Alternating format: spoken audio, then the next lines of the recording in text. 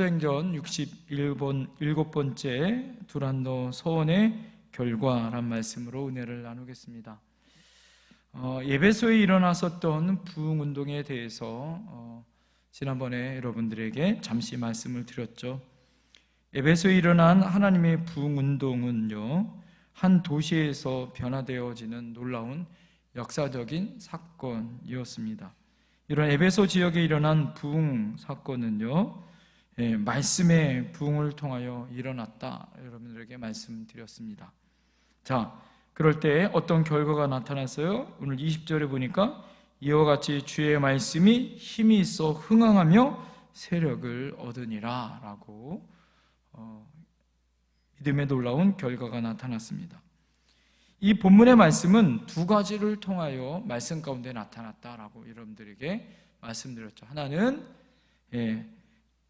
하나님의 은혜 가운데 바울 사도가 떠났다라는 은혜의 행동, 두 번째는 따로 세웠다라는 이 행동의 결과다라고 말씀을 드렸습니다. 바울은 에베소 회당에서 석 달 동안 하나님의 나라를 강론하였죠. 그때 사람들이 어떻게 했습니까? 반응이 좋지 않았어요. 그래서 그를 말씀을 듣지 않고 마음 문을 닫았습니다. 순종하기는커녕 오히려 말씀을 증거하는 바울을 비방하는 결과가 나타났어요.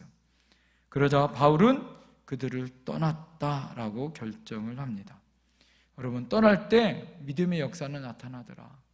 아브라함과 또 아브라함이 하나님 앞에 본토 친척 아비집을 하나님의 은혜 안에 떠났을 때 그가 한 민족의 위대한 축복의 조상이 되었던 것처럼, 이스라엘 백성이 애굽을 떠났을 때 한 민족이 가나안 땅에 들어가는 위대한 역사가 나타났던 것처럼, 여러분, 우리는 예수 그리스도를 나의 구주로 믿는 그 순간 뭐예요? 나의 지나온 과거, 나의 죄된 모든 곳에서 떠날 때 믿음의 역사는 나타난다라는 거예요.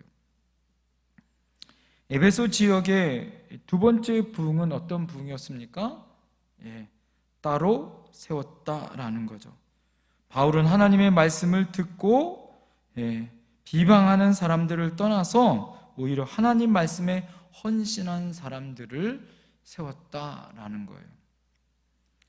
두란노 서원에서 날마다 하나님의 말씀을 강론하고 제자들을 세우는 일에 전념하였다라는 거죠.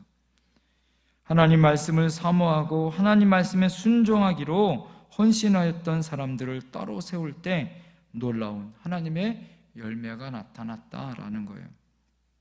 우리가 잘 알듯이 이 두란노 서원이란 일종의 학교와 같았습니다. 바울이 이곳에서 어떻게 했어요? 하나님 앞에 오전 10시부터 오후 4시까지 하나님의 은총을 받은 그의 말씀과 권능을 제자들을 양육하는 데 집중했습니다. 자, 그것을 어떻게 했어요? 바울은 보통 자리를 떠나고 또 전도 여행을 하면서 제자들 양육했었던 그가 한 자리에서 머물러서 매일 그들을 만나 양육하는 일들을 감당했다라는 거예요. 이것이 요즘의 신학교의 모델이 되었고, 2년 동안 그 사역을 감당할 때 에베소 교회는 부흥하게 되었고, 우리가 잘 알듯이 에베소라는 이 우상의 지역, 가장 부족 중에 효염이 좋고 아담의 신전이 있는 그런 우상이 있는 가장 강력한 타락한 지역에서 오히려 영적으로 가장 강력한 초대교회의 제자들이 그곳에서 나오게 되어졌다라는 것이죠. 사랑하는 성도님들, 그 결과 어떤 일들이 오늘 있었는가를 여러분에게 4가지로 한번 보겠습니다. 자, 이 에베소의 부흥과 역사는 어떤 결과를 나타냈을까요? 자, 첫 번째는 바울이 두란노에서 따로 세운 사람들을 하나님의 말씀으로 양육하고 훈련하는데 전념했다라는 거예요. 오늘 여러분 에베소 교회를 향하여서 놀라운 일들은 어떻게 되어졌는가? 오늘 여러분 10절 말씀을 한번 다 같이 한번 읽어볼까요? 10절 말씀 시작. 뒤에 동안 이같이 하니 아시아에 사는 다 주의 말씀을 듣더라. 예. 자, 오늘 2년 동안 아시아에 사는 자들이 유대인이나 헬라인이나 다 누구의 말을 들었더라? 주의 말을 듣더라라는 거예요. 그러니까 바울 사도가 사역을 할 때 구분하지 않았다는 거죠. 하나님의 은혜 가운데 이방인의 도시였었던 에베소 지역에서 두 가지 사역을 다 했다는 거예요. 유대인에게도 가르치고 이방인은 헬라인에게도 가르치는 사역을 감당했다라는 거예요. 이 사역은 굉장히 중요한 역할을 하죠. 왜 그렇습니까? 나중에 로마서에 갔을 때 로마서에 벌써 하나님의 백성들이 교회를 미리 이미 로마서에 교회가 세워진 모습을 보게 되어집니다. 벌써 에베소 교회에서 훈련받고 제자로 훈련받았던 사람들이 특별히 헬라인들을 통하여서 이방 땅에 그리스도의 복음이 전파되어지는 놀라운 역사가 있었죠. 특별히 바울 사도가 귀하게 쓰임받았다는 것은 뭐예요? 그는 전통 바리새인 중에 바리새인, 율법을 가리킬 수 있는 유대인이었을 뿐만 아니라 그는 로마의 시민권을 가지고 있었던, 언어가 가능했었던, 헬라어를 능통하게 말했었던, 그래서 히브리어와 헬라어를 능통하게 말했었던 그에게는 뭐예요? 이 에베소 지역에서 복음을 전할 때 너무 귀하게 쓰임받는 주님의 종이었다라는 거죠. 바울이 나가 복음을 여러분 전할 때 아시아에 살고 있었던 그들에게 복음을 들을 수 있는 귀한 시간과 은혜가 있었다라는 거예요. 만약에 그냥 한번 거치고 한 몇 달 동안만 있다가 복음을 전했다면 믿음이 연약해졌겠죠. 그러나 그들이 어떻게 했어요? 바울이 2년 동안 머물면서 매일 아침 10시부터 오후 4시까지 그들을 만나 훈련하고 가르치고 그리스도의 복음뿐만 아니라 성령의 역사를 함께 나누고 기도하는 일들의 전념이었다라는 거예요. 예수님이 그리스도라고 여러분 그리스도인으로 지칭하는 많은 사람들이 예수님을 본받고 배우려고 노력합니다. 자, 그래서 예수 믿는 사람들을 그리스도인이다라고 그렇게 칭함을 받게 되어지죠. 자, 예수 믿는 사람을 그리스도인이다라고 칭함을 받을 수 있었던 그런 큰 은혜의 장소, 큰 능력과 권능의 장소. 여러분, 그렇게 예수 믿는 사람들이 예수만 흉내내는 사람이 아니라 이 예수 믿는 사람들은 정말 그리스도인이야, 예수님 닮은 사람이야, 예수님 그 본질을 갖고 있는 사람이야 라고 별명을 갖고 있었던 그런 은혜의 장소, 그 놀라운 하나님의 은혜로 그렇게 받을 수 있었던 그런 축복의 장소, 바로 에베소에서 2년 동안 그들을 제자로 양육하고 전념하여 그들을 제자화 시켰고 그리스도인으로 부름받게 했다라는 것이죠. 훈련받은 제자들이 예수님을 증거하기 시작합니다. 그리고 바울이 전도하기 위하여 이곳저곳을 다닐 때마다 함께 그 사역들을 감당하겠는 그런 제자의 사명을 감당하는 그런 놀라운 열매가 맺더라라는 거예요. 자, 바울이 어디 다니지 않냐고 2년 동안 한 곳에 머물러서 귀한 이 사역을 감당했다는 것은 너무나도 귀한 하나님의 사역이었다라는 거예요.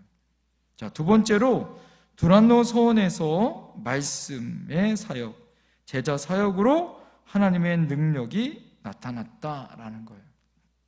여러분 오늘 1절 12절 말씀 다 같이 한번 읽어볼까요? 자, 11절 12절 다 같이 시작.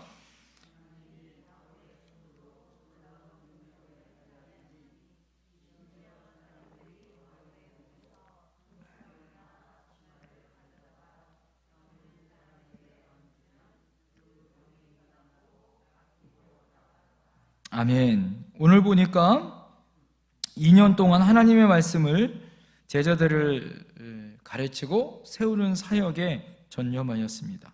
자, 그럴 때 하나님의 능력이 나타나기 시작했다라는 거예요. 성경에서는 희한한 능력들이 많이 나타나는 가운데 오늘 보니까 바울의 손수건이나 또 쓰던 앞치마를 가져다가 병든 사람에게 얹어도 병이 나았다. 이 말은 뭐예요? 엄청난 하나님의 능력이 나타나는 종이 되었다라는 거죠. 그러니 여러분, 바울이 직접 손을 대면 또 기도할 때마다 놀라운 능력이 나타났을까요? 안 나타났을까요? 능력이 나타났다라는 거예요. 이렇게 하나님의 능력이 나타나자 그것을 흉내내는 사람들도 오늘 나타나기 시작합니다.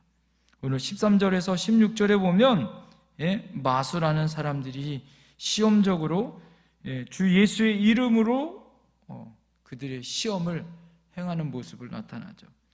내가 바울이 전하는 예수를 빙자하여 너희를 명하노라.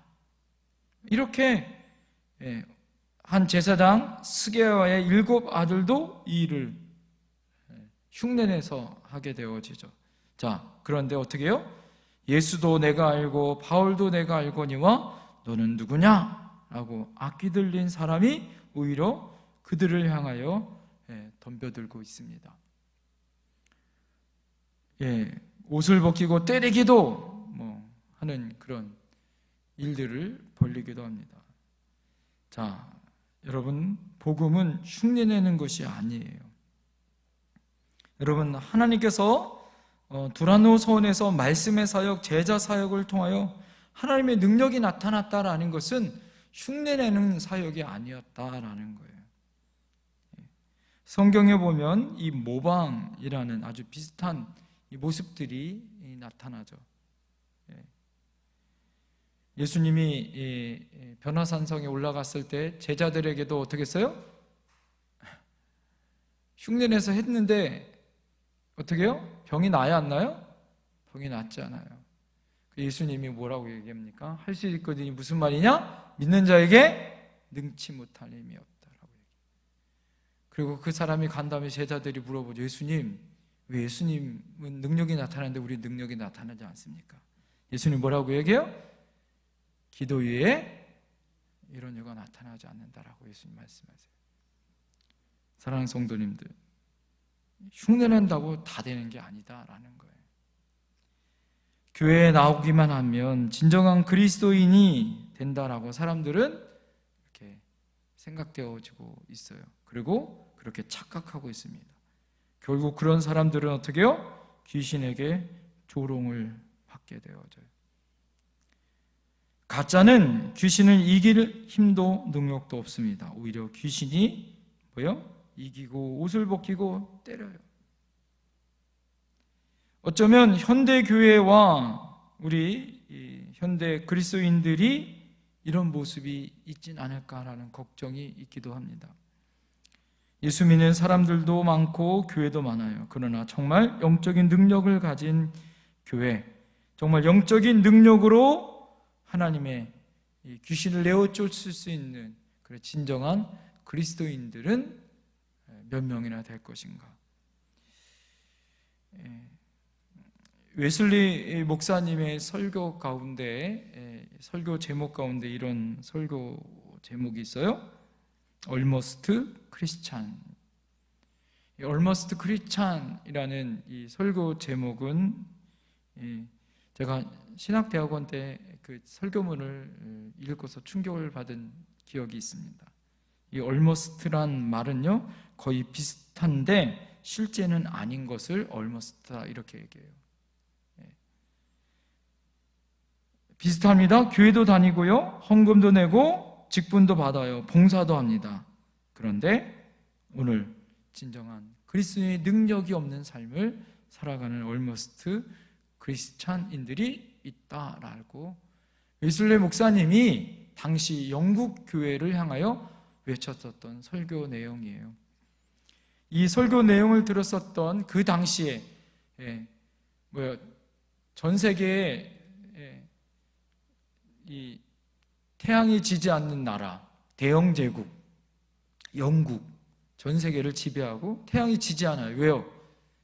전 세계에 영국이 지배하고 있었던 땅덩어리가 많았기 때문에 태양이 지지 않는 나라였다라고 얘기합니다. 그런 강력한 힘과 강력한 능력이 있었던 나라, 권세가 있었어요. 그에도 부흥하고 성장했지만 뭐예요? 그 안에 타락함이 있었습니다. 대부분 영국 국교회가 그 안에 그 자만심과 그 교만함으로 인하여서 타락하고 또 선한 영향력을 미치지 못했던 시기였어요. 그랬을 때 웨슬리 목사님이 와서 당신들은, 우리들은 뭐다라는 거예요? 얼머스트 크리스찬입니다. 비슷한 것 같은데 진정한 능력이 없는 그리스도인이다 라고 오히려 역설을 가지고 설교했습니다. 그랬을 때 어떤 일이 벌어졌을까요? 그 영국 땅덩어리에 영국 교회가 뒤집어지는 부흥의 사건이 벌어졌어요.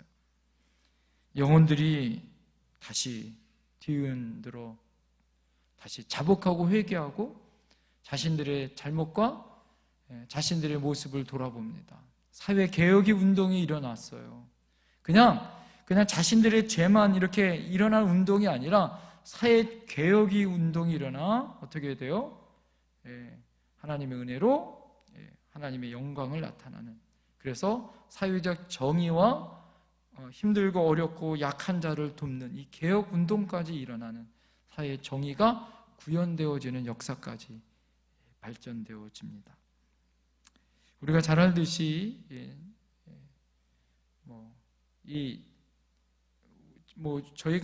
저희 성결 교단 교리가 바로 웨슬리안을 따르는 이 교리 가운데 있었기 때문에 웨슬리 목사님은 엄청난 큰 영향력을 미치죠. 감리교와 우리 성결교까지 영향력을 미치고 또 그런 놀라운 은혜를 허락하여 주시죠. 사랑하는 성도님들, 그 목사님이 아주 강력한 설교 가운데 이런 설교를 하신 적이 있어요. 마귀의 권세를 흔들 수 있는 기도의 사람 300명을 나에게 주십시오. 나는 세계를 당신 앞에 드리겠습니다 라는 강력한 믿음의 선포를 하고 다녔어요. 하나님 앞에 전적인 능력의 사람, 기도의 사람, 기도원의 용사 같은 300명만 나에게 있다면 전 세계를 뒤바꿔 당신 앞에 그 증거를 보이겠다라는 이 강력한 메시지를 전했었던 목사님이에요. 적당히 예수 믿는 것 말고 100% 헌신의 일꾼으로 주의 교회를 일으키고 하나님의 능력을 나타날 때, 사랑하는 성도님들, 이 파주 땅이 바뀔 줄 믿습니다.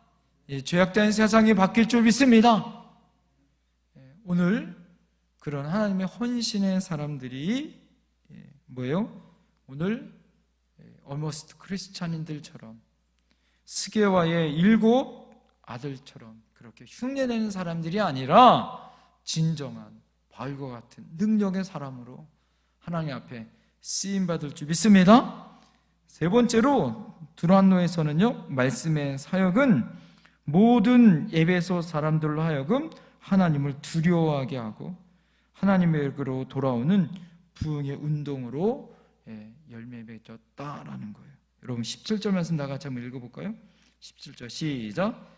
에베소에 사는 유대인과 헬라인들이 다 이 말을 알고 두려워한 주 예수의 이름을 높이고. 오늘 보십시오. 에베소에 일어난 하나님의 부흥은요, 하나님에 대한 두려움에서부터 시작되어졌다라는 거예요. 여러분, 이 두려움은요, 하나님을 경외하는 것으로 바뀝니다. 사랑하는 성도님, 하나님을 두려워할 수 있어야 돼요. 할렐루야. 요즘 보면요, 뭐예요? 무서워하는 게 없어요. 요즘 아이들 보세요. 요즘 사람들 보세요. 무서워합니까? 무서워하지 않아요. 돈 있고 권력 있고 힘 있는데 뭐가 두려워하냐 이거죠. 두려워하지 않습니다. 그런다, 여러분, 신앙에 정말 우리가 신앙의 우리의 본질을 잘 살펴보면 어디서부터 비롯되는가를 우리가 알아야 돼요. 두려움에서부터 시작되어지는 거예요. 내가 죄를 지으면 어떻게 될 것인가? 하나님이 나를 지켜보는데 나는 어떻게 살 것인가? 이 두려움에서부터 시작되어진다라는 거예요. 자, 두려움만 있으면 그러면 뭐가 되는 거예요? 그러면은요, 두려움만 있으면 완전히 위축되어지고 갇힌 삶을 사는 거죠. 정죄받은 인생으로 사는 거예요. 그런데 우리의 믿음은 그것으로 끝나는 것이 아니죠. 두렵고 거기에다가 하나 존경하는 거예요. 하나님을 존경하는 거죠. 내가 두려운 마음으로 하나님을 존경하는, 이게 바로 경외라는 거예요. 두려운 마음으로 존경하는 것. 오늘 에베소 교인들이 하나님을 향하여 두려운 마음이 있었지만 하나님의 말씀을 들었더니 그분은 신뢰가 있고 존귀한 분이에요. 그래서 그분을 경외하는 것입니다. 여러분, 오늘 이 에베소 교회에 임했었던 동일한 역사가 바로 부흥의 시작이에요. 왜 그렇습니까? 이사야가 하나님의 영광을 보았을 때 뭐예요? 그의 가슴이 두려움으로 가득 찼어요. 베드로가 그물이 가득 차요. 뭐요? 물고기가 가득함을 봤을 때 어떻겠습니까? 두려웠어요. 아, 이건 인간이 하는 일이 아니다. 처음 번째, 두 번째, 그래서 어떻게 예수다라는 말 때문에 그들이 두 번째 어떻게 해요? 물속을 뛰어들어가잖아요. 왜 그랬을까요? 그 두려움의 표시였다라는 거죠. 하나님에 대한 두려움은요, 우리의 믿음을 다시 돌아보게 하고 또 하나님의 은혜 가운데 나가야 함을 우리가 돌이키는 그런 회복을 우리에게 주십니다. 하나님의 눈으로 이 땅을 바라보게 되어지고 나의 본질을 바라보고 내가 얼마나 연약한지를 바라보는 거예요. 사랑하는 성도님들, 이 코로나19 오미크론을 통하여 우리에게 하나님이 주시는 사인이 있어요. 그것이 뭐예요? 너가 정말 진짜 두려워할 것이 무엇이냐라는 거죠. 하나의 전염병으로 두려워할 것이 아니라 정말 두려워할 것은 하나님이다라는 것을 우리에게 다시 말씀해 주신다라는 거예요. 오늘 저희가 이제 새벽에도 말씀을 드렸지만 왜 여러분 이런 일들이 벌어집니까? 인간이 인간답지 못해서예요. 하나님이 주신 귀한 이 자연과 생태계를 제대로 지키지 못해서예요. 하나님이 아담에게 무슨 사명을 줬습니까? 잘 관리하도록, 그죠? 잘 지키도록 우리에게 그 사명을 허락하셨어요. 이것은 아담서부터 우리에게 지금까지 우리에게 준 하나님의 사명 아니에요? 그죠? 자연을 보호하고 잘 관리하고. 그런데 어떻습니까? 이 지금 바이러스들이요, 모든 과학자들이, 빌 게이츠가 재단을 만들었잖아요. 신약을 만들고 어려운 힘든 그런 이 제3나라들과 아프리카에 있는 못 사는 나라들에게 약을 도와주는 그런 일들을 하면서 빌 게이츠가 또 하나 여러분 그 예언을 했잖아요.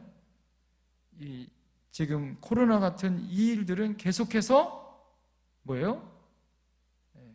분명히 멀지 않고 더 빨리빨리 이런 전염병들은 온다. 왜 그렇습니까? 인간들이요,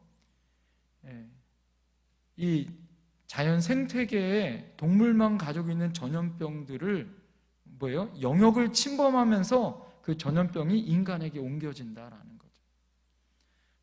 지금 우리가 코로나도 박쥐 때문에 그렇다라는 그런 학설들이 많잖아요.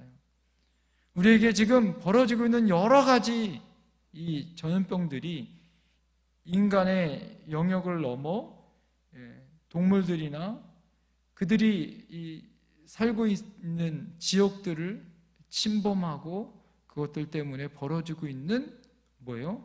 오히려 역습이다라고 과학자들은 이야기합니다. 사랑하는 성도님들, 이런 모습들을 바라보면서 우리 안에 하나님이 우리에게 주시는 진정한 두려움이 무엇인지를 우리가 볼 수 있는 눈이 열려야 되고 귀가 열려야 되는 거예요. 하나님을 두려워하고 하나님이 우리에게 허락하신 우리의 삶을 어떻게 살 것인가. 마지막 네 번째, 여러분 오늘 일어난 하나님의 부흥은 뭐예요? 회개 운동이었다라는 모습으로 나타납니다. 여러분 18절부터 19절 말씀 다 같이 한번 읽어볼까요? 다 같이 한번 우리 18절에서 19절 말씀 다 같이 한번 읽어보겠습니다. 다 같이 시작. 믿는 사람이 와서 자복하며 행한 일을 알리며 또 마술을 행하면 많은 사람이 그 책을 모아 가지고 와서 모든 사람 앞에서 불사르니 그 책값을 계산한즉 은 5만이나 되니라. 에베소에 일어났던 회개 운동은 마술하는 사람들이 그 책을 모아 가지고 와서 모든 사람 앞에서 어떤 일이 벌어져요? 불살르는 일이 벌어집니다. 여러분 이것은 그냥 눈물을 흘리고 잘못했다 뉘우침으로 끝나는 것이 아니라 뭐예요? 행위의 결과로 나타나는 거예요. 그 책값이 은 뭐예요? 5만이나 되었더라. 지금 정확하게 우리의 지금 가지고 있는 수치로는 이해할 수 없지만 적은 금액은 아니었다라는 거죠. 마술의 행위를 회개하고 하나님 앞에 돌아오는 일들이 시작되어졌습니다. 1907년도에 우리나라의 장대현 교회 대부흥의 사건이 벌어졌어요. 자, 이 대부흥의 사건은 그냥 길선주 장로님이 자기에게 죽어가며 맡겼었던 돈을 과부가 된 친구의 아내에게 돕지 않고 내가 그것을 유용해 썼다라는 회개의 고백으로 끝나는 것이 아니었어요. 나는 그를 다시 내가 범했었던 그 금액대로 내가 그를 향하여 내가 돕겠다라는. 그러자 어떻게 했어요? 중간에 울었던 모든 사람들이 그 사명을 감당하여 서로 자기의 죄를 자복하는 거예요. 자, 그 전에 먼저 하디라는 선교사님이 먼저 몇 년 전에 뭐예요? 원산에서 그 당시에 선교사님이었었던 그 모든 선교사님 중에 외국인 선교사로서 내가 이 땅에서 조선 땅을 향하여 하나님 말씀 앞에 온전히 서지 못했던 것을 회개하는 일이 먼저 있었고요. 1907년도에 다시 길선주 장로님, 나중에 목사님이 되셨어요. 그분이 죄를 고백하자 그것을 들었었던 많은 사람들이 한 사람씩 나는 이런 죄를 졌습니다. 나는 이런 도둑질을 했습니다. 나는 아내가 있는데 이런 바람을 폈습니다라고 서로 자신의 죄를 자복하는 거예요. 이것이요, 하루 이틀 끝난 것이 아니에요. 부흥회가 끝나지 않는 거예요. 사람들이 계속 모이기 시작합니다. 집에 안 가는 거예요. 교회에서는 계속 밥을 하고 계속 하나님 앞에 자복하고 회개하는 일이 벌어져요. 가게가 문을 닫고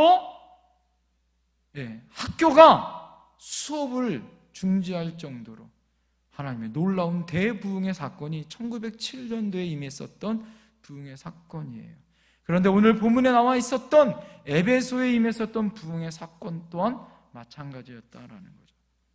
그들이 자신의 죄를 자복하고 마술하는 사람들이 그 책들을 모아서 모든 사람들이 지켜보는 가운데 나는 이제 마술을 하지 아니하고 예수 이름으로 살겠다고 고백하는 놀라운 역사적인 장면이었다라는 거예요. 사랑하는 성도님들, 부흥은 반드시 우리가 부흥을 소망하고 꿈꾸잖아요. 자, 부흥이 있는 곳엔 반드시 뭐가 있을까요? 회개의 역사가 있어요.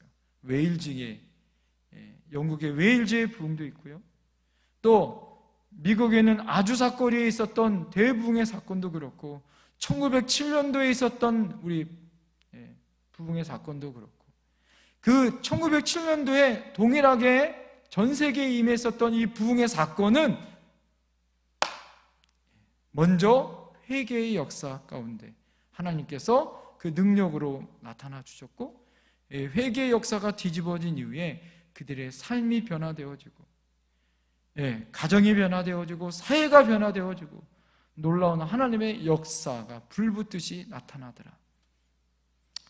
여러분, 오순절날 마가다락방에 임했었던 이 부흥의 사건도 어디서부터 비롯됐을 것 같아요? 그들이 열흘 동안 모여서 뭐 했을 것 같아요? 전혀 기도에 힘썼는데 어떤 기도했을 것 같아요? 그들이 예수님을 부인하고 고기 잡으러 갔었던 그들을 향하여 다시 실패했던 그 예루살렘에 와서 그들이 회개하지 않았을까요? 놀라운 회개의 역사 가운데 임했었던 그 능력의 부흥 사건이 바로 오순절날 마가 다락방에 임했었던 부흥의 사건이었다라는 거예요. 사랑하는 성도님들, 진정한 부흥은요, 개인과 교회와 지역이 회개 운동이 일어나는 거예요. 사랑하는 성도님들, 우리에게도 이런 회개 운동이 일어나야 할 때인 줄 믿습니다.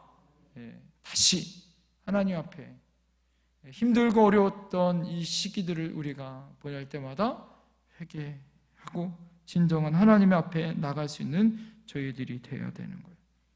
진정한 부흥의 사건이 벌어졌을 때 그들이 몸에 지니고 있었던 부족을 내어놓고요, 또 자신이 가지고 믿고 있었던 신념을 내어놓고 마시던 술병을 내어놓고 피던 담배를 내어놓고요, 자신들의 잘못들을 고백하고 하나님의 믿음 가운데 나가기를 결단하는 그런 결단의 모습으로 나갈 때 진정한 부흥의 역사가 나타났다라는 거예요.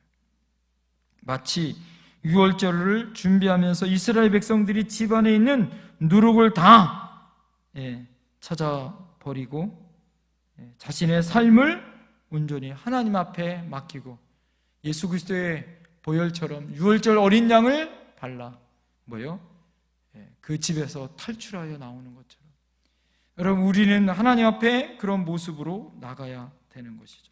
이제는 내 연약한 모습이 아니라 이제는 하나님의 보혈의 능력으로 결단하고 나가는 그런 저희들이 있어야 하는 거예요. 성도님들, 여러분 잘 돌아보세요.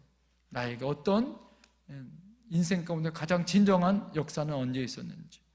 그때는요, 회개의 은혜와 회개의 눈물이 있을 그때에 가장 큰 변화와 역사가 나타나는 것입니다.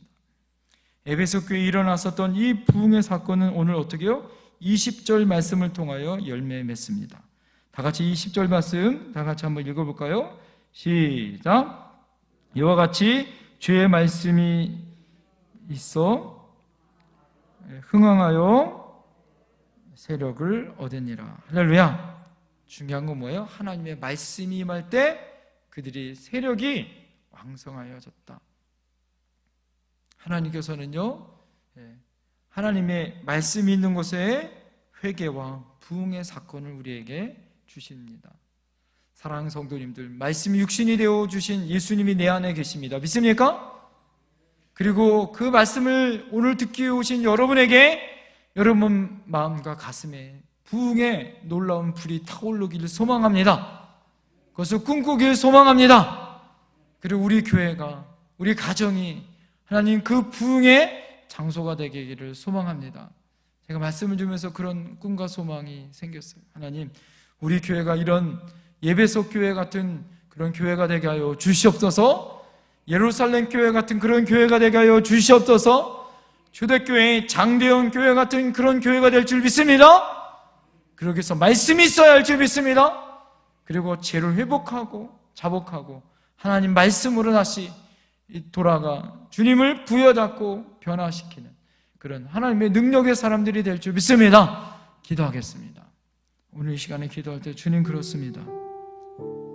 진정한 부흥은 말씀으로 훈련받은 2년 동안의 두란노 소원 가운데 있었습니다. 말씀이 나의 삶을 변화시킵니다. 하나님, 말씀 가운데 제자들이 훈련받을 때 능력이 나타났습니다. 말씀을 통하여 회개의 역사가 나타났고, 말씀을 통하여 부흥의 회개의 운동이 일어났습니다. 예수님을 붙들고 하나님, 우리 안에 하나님의 능력이 나타나게 하여 달라고 기도하십시다. 하나님, 내가 주님 말씀 붙듭니다. 오늘 나에게 허락하신 하나님의 말씀을 붙들고 일어나는 저희들 되게 해달라고 이 시간 우리 주의 삼창하면서 하나님 앞에 결단하며 기도합니다. 주여, 주여, 주여.